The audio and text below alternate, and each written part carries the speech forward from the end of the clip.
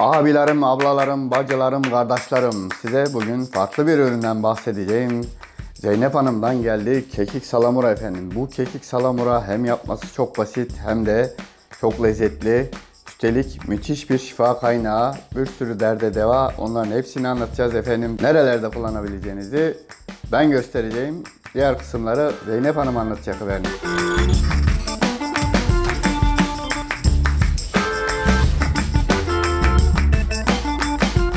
Topladığım kekikleri ayıkladım, temizledim. Ufak ufak, hepsi nazik. Çok güzel tadı oluyor. Açıldı. Müthiş bir kokusu var. Kekiğin kokusu zaten tartışılmaz, biliyorsunuz. Şöyle sağa sola damlayanları şey yapalım. Efendim, kullanım alanları. Önce ekmeğimizi çıkartalım. Ekmeğiyle yiyeceğiz efendim bunu, ekmeğiyle. Ayıkladığım kekikleri bir güzel suya batırdım. Suda bekleteceğim. İçinde taş, toprak varsa hepsi dökülsün içinde. Ondan sonra bir güzel yıkayacağım. Tekrar bol suyla temizleyeceğim. Efendim, birinci kullanım alanı. Ekmeği böyle bölüyorsunuz. Sonra ucundan azıcık koparıyorsunuz. Böyle. Sonra bu kekiğin içine batırıyorsunuz efendim. Biraz daha kekiğinden aldık. Bunu böyle tüketebiliyorsunuz efendim. Bu birinci tüketme şeklimizdi. Suda beklettiğim kekikleri yıkıyorum. İyicene toprağını bırakmıştır. Bir kat su daha yapacağım. Bol suyla yıkayacağım. İçinde toprak kalmasın. İkincisi, gördüğünüz siyah zeytin. Siyah zeytin üstüne sos olarak kullanabilirsiniz efendim. Biraz yağlı bölümünden alıyorsunuz. Zeytininizin üstüne bırakıyorsunuz. Zeytinli soslanmış, hazır bir vaziyete geliyor. Sadece biraz karıştırmanız gerekecek. İstiyorsanız bunun pul biberini ve gerçek limon sıkabilirsiniz. Tadını, aromasını arttırmak için bildiğiniz zeytin bambaşka bir şeye dönüşüyor. O zaman bir anda lüks bir zeytin oluyor. Efsane. Şimdi buna limon tuzunu ekliyorum. Yıkadığım kekikleri. Bir miktar pul biberi ekliyorum. Bunu bir güzel karıştırıyorum. İyicene yediriyorum limon tuzunu. Şöyle iyicene harmanlıyorum. Üçüncü seçenek. Salatalık, biber, domates hazırladım. Bunu tatlandırmam gerekiyor. Nasıl yapacağım bunu? Elimdeki bu sihirli formülle. Hemen alıyorum sihirli formülden. Bunun üstünde gezdiriyorum efendim. Oy oy. Görüntüsü bile ağzımızın suyunu akıtmaya yetiyor efendim. Böyle bunu gezdire gezdire istediğiniz kadar dökebilirsiniz. Tabii salata da diyebiliriz artık buna. Bunu da atalım ağzımıza. Efsane efsane. İnsan doyamıyor. Enfes bir tadı var. Hakiki zeytinyağıyla kahvaltılarda tadına doyamazsınız. Bu gördüğünüz iki tane toparlak beyaz şey aslında yumurta. Soyarken biraz kabuğuyla falan heder oldu. Şekli tabii düzgün değil. Bir de sarısı büyükmüş. Beyazına sığmadı. İsterseniz kanıtlayabilirim. Bakın, bu bir yumurta. Hop. Gördünüz mü efendim? Kocaman sarısıyla bir yumurta. Bunu da keyifli hale getireceğiz efendim. Böyle baharatlarla şunla bununla uğraşmayacaksınız. Bundan da alıyorsunuz. Biraz yumurtanın üstüne bırakıyorsunuz efendim. Bununki çok oldu. Adaletli olmak lazım. Bunu da bunun üstüne aldık.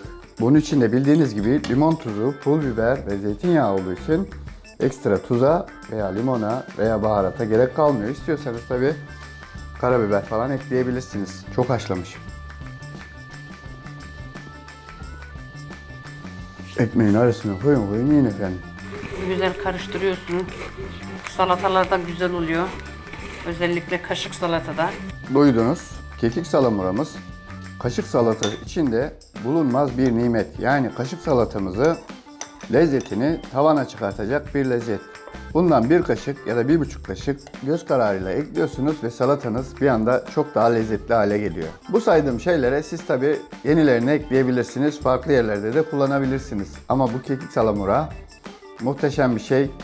Eğer yabani kekik bulabiliyorsanız bulduğunuz anda toplayın ve bu tarifte olduğu gibi hazırlayın. Birçok işinize yarayacak. Üstüne üstlük bir sürü faydası var. Bunları da hem Zeynep Hanım'dan dinleyelim hem de ben ekrana yazayım bir kısmını. Kekiğin faydalarını da birlikte öğrenmiş olalım.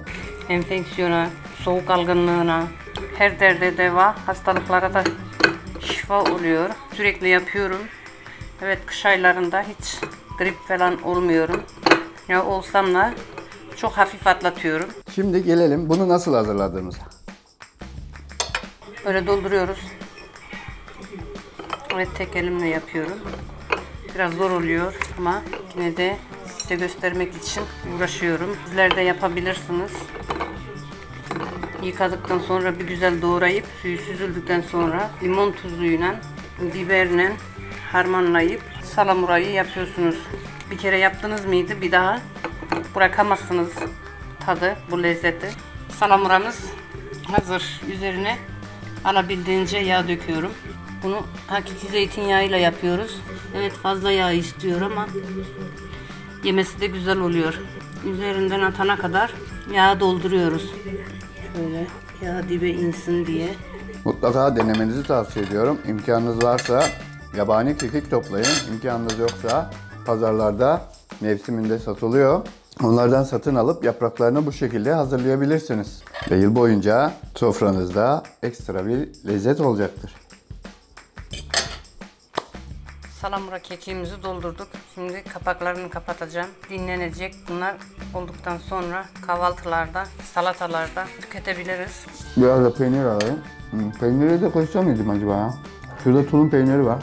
Tulum peynirine de koysam mı? Bakayım ya. Bence tulum peynirine de çok güzel gider.